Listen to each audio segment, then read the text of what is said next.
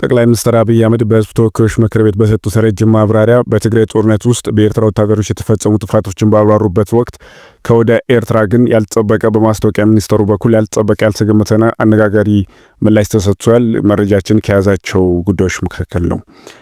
እንዲሁም በቀይ ባህርና የባህር በር ጥያቄም ዙሪያ ከዚህ በፊት በይፋ ያልተናገሩ ጉዳዮች አንስተዋል። ጠቅላይ ሚኒስትሩ እንደተናገሩት በሰሜን ኢትዮጵያ ጦርነት ወቅት በትግራይ ክልል ውስጥ በኤርትራ ወታደሮች የተፈጸመ ከባድ ጥፋቶች ነበሩ። በሽሬም ከተማ የግለሰቦች ቤትና ንብረቶች መፍረሳቸውም፣ በአክሱም ወጣቶች ላይ የተፈጸመ የጅምላ ግድያ፣ በአድዋ ፋብሪኮች መፍታትና መዝረፍ እንዲሁም በአዲግራት የመድኃኒት ፋብሪካ መፍረስ በግልጽ ተገልጿል። እኛ አልተነገረንም እንጂ ጸቡ ከተጀመረ ረጅም ጊዜ ነው ብለዋል ጠቅላይ ሚኒስትሩ። ይህንም ጉዳይ በስፋት እንዳስሰው ነው የሚሆነው። በሌላ በኩል ለፕሬዚዳንት ትራምፕ ከምላሽ መስጠታቸውም የታወቀው አስቀድመን የኤርትራን ጉዳይ እንመለከታለን። ወደ ኤርትራ ጉዳይ ስንመለስ የኤርትራ ማስታወቂያ ሚኒስትር የማነ ገብረ መስቀል ጠቅላይ ሚኒስትር አብይ አህመድ በሕዝብ ተወካዮች ምክር ቤት ስለ ኤርትራ መንግስት ያደረጉት ንግግር የኢትዮጵያ መንግስት በኤርትራ ሊከፍተው ያቀደው የጦርነት አጀንዳ ምክንያት ለማድረግ ያቀረበ ነው ሲል ከበድ ያለ ምላሽ በኤክስ ገጻቸው ላይ አስፍረዋል። የኤርትራ መንግስት ቃል አቀባይ እንዳሉት ማክሰኞ 26 2018 ዓመት ምሽት በኤክስ ገጻቸው ላይ ባሰፈረው ጽሁፍ የኢትዮጵያ መንግስት በትግራይ ጦርነት ወቅት ከጦርነቱ ረጅም ጊዜ በኋላ ለኤርትራ ሰራዊት የክብር ሜዳሊያ ሲሰጥ ነበረ ሲሉ የብልጽግና መንግስት ከሷል። የማነ ያሉት ጠቅላይ ሚኒስትር አብይ አህመድ ከህዝብ ተወካዮች ምክር ቤት አባላት ለቀረበላቸው ጥያቄዎች በሰጡት ማብራሪያ በትግራይ ጦርነት ወቅት የኤርትራ ወታደሮች የጅምላ ግድያ ጨምሮ የተለያዩ ግፎች ፈጽሟል በሚል ከወነጀሉ በኋላ ነው። የኤርትራና የኢትዮጵያ ግንኙነት መንሻከሩን የጠቀሱት ጠቅላይ ሚኒስትሩ በሁለቱ ሀገራት መካከል ግንኙነት ውስጥ ችግር የተፈጠረው መንግስታችን በቀይ ባህር ላይ የባህር በር የማግኘት ጥያቄ በማንሳት እንዳልሆነ ተናግረው በትግራይ ውጊያም ሲጀመር በመጀመሪያም ዙር ውጊያ ሽሬን ካስለቀም በኋላ የኤርትራ ጦር ከኋላ ተከትሎ ሽሬ ገብቷል።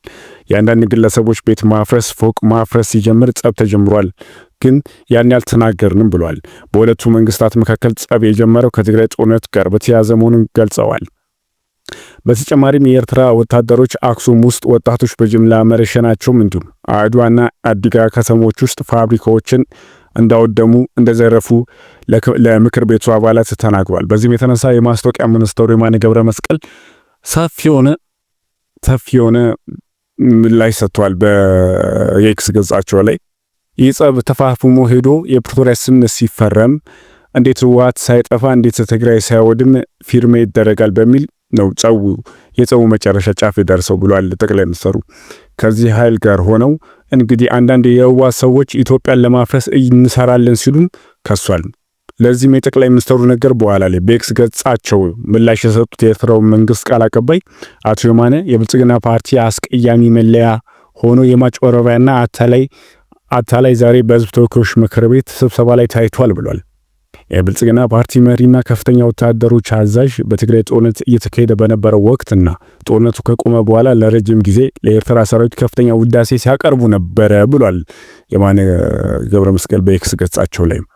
የኢትዮጵያ መንግስት አመራርና ወታደራዊ አዛዦች ጥልቅ ምስጋናቸውን ለመግለጽ በአገር ደረጃ ሜዳሊያዎችን ሲያበረክቱ እንደነበር በህዝቡ የሚታወቅ መሆኑ ይታወሳል ሲሉም በኤክስ ገጻቸው ላይ አስፍሯል። ከዚህ ቀደም ጠቅላይ ሚኒስትሩ በፓርላማ ባደረጉት ንግግር የዘረዘሯቸው ጉዳዮች ርካሽና ውርደት ውሸት ሲሉም የማነም ገብረ መስቀል በኤክስ ገጻቸው ላይ አንሯል። በኤርትራ ላይ የቀረበው ክስ የኢትዮጵያ መንግስት ሉዓላዊ የባህር በር ማግኘት በሚል ሽፋን በኤርትራ ላይ ሊከፍት ያቀደውን የጦርነት አጀንዳ ለመሸፈንና ምክንያታዊውን ለማስመሰል በድፍረት የተቀረጸ ቲያትር ነው ሲልም በኤክስ ገጹ ላይ አንሯል። የአቶ የማነ ማስከተለው ጠቅላይ ሚኒስትር አብይ አህመድ በፓርላማ ንግግራቸው ያነሱት እስራኤል ከሶሪያ በወረራ ያዘችውን የጎላን ከፍተኛ ጉዳይም ጠቅሷል። አብይ በማብራሪያቸው ላይ ስለ መንግስታቸው የቀይ ባህር ጥያቄ እንደ የብሔራዊ አጀንዳ እንዲመዘገብም ተናግሯል። እስራኤል የጎላንን ተራራ ያዘችው ለብሔራዊ ደህንነት ለህልውና ችግር ያጋጥመኛል ብላ ስላመነች ነው ያሉት ጠቅላይ ሚኒስትሩ አክሎም ቀይ ባህርና ኢትዮጵያ ለዘላለም ተነጣጥለው መኖር አይችሉም ሲሉም በተናገሩት ነገር ተደምጧል። ኢትዮጵያ በቀይ ባህር ላይ የባህር በር ለማግኘት የሚፈልገው በቢዝነስ ህግ እንደሆነም ተናግሯል ጠቅላዩ። በባህር በር ምትክ የታላቁ የኢትዮጵያ ህዳሴ ግድብ ወይም የኢትዮጵያ አየር መንገድ ድርሻ ሊቀርብ እንደሚችል ጠቁመው ይህ ካልሆነ ግን በሊዝ ወይም በመሬት ልውውጥ ሊከናወን እንደሚችልም አሳስቦ ተናግሯል።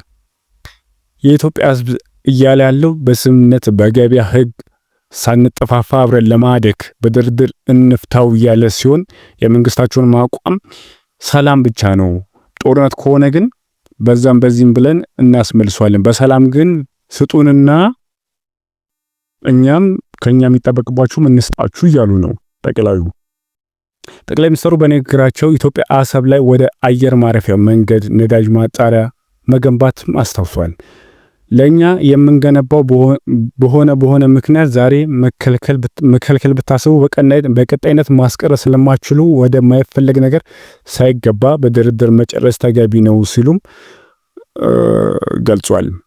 አብይ የጠቀሱት የጎላን ከፍቶች ምሳሌ ያነሱት የኤርትራው ማስታወቂያ ሚኒስተርም እንዳሉት ይህ ጉዳይ መነሳቱ የኢትዮጵያ መንግስት አስመራ ላይ ሊከፍት ያቀደውን ግዴለሽና ህገወጥ የጦርነት አጀንዳ ምክንያት ለማድረግ የቀረበ እንደሆነ ጽፏል። እንዲሁም የብልጽግና ፓርቲ መሪ በኤርትራ ላይ የያዘው ግዴለሽ ህገወጥ የጦርነት አጀንዳ ምክንያታዊ ለማድረግ በሚል በዚህ ንግግር ላይ የጎላን ከፍቶች ምሳሌ ሲያነሳ ጨዋታውን ራሱ አጋልጧል ብሏል። ያሉት ከፕሪቶሪያ ስምምነት መፈረም ወዲህ ግንኙነታቸው እየሻከረ የመጣው ኢትዮጵያና ኤርትራ አንዳቸው ሌላኛቸውን ሲወናጃጅሉ ቆይቷል። ካሁን ጦርነት ይነሳል፣ ካሁን ብዙ ነገር ይካሄዳል ሲባል እዚህ ደርሰናል። ቀጣይም ደግሞ የሚሆነውን ነው የምናየው።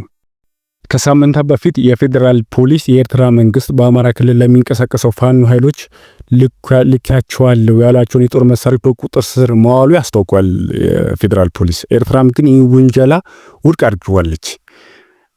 አውቆ የብልጽግና መንግስት ኤርትራ ላይ ጦርነት ለመክፈት እየተደራጀ የሐሰት መለዮች እየተጠቀመ ነው ሲሉ የማጭበርበር ዘዴ ነው።